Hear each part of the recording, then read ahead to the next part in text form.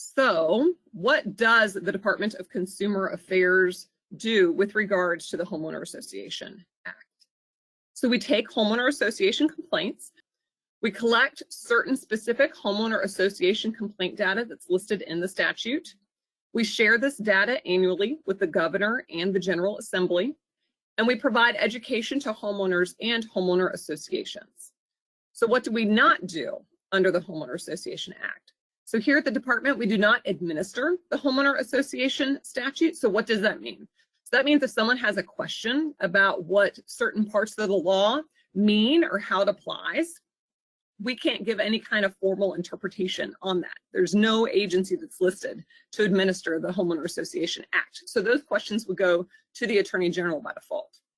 And then we cannot enforce the Homeowners Association Act either. So if, just for example, there's a requirement that the governing documents would be filed with the local register of deeds wherever the homeowner association is located. And if so, if a homeowner association does not do that, we don't have the ability to force them to do so under the Homeowner Association Act.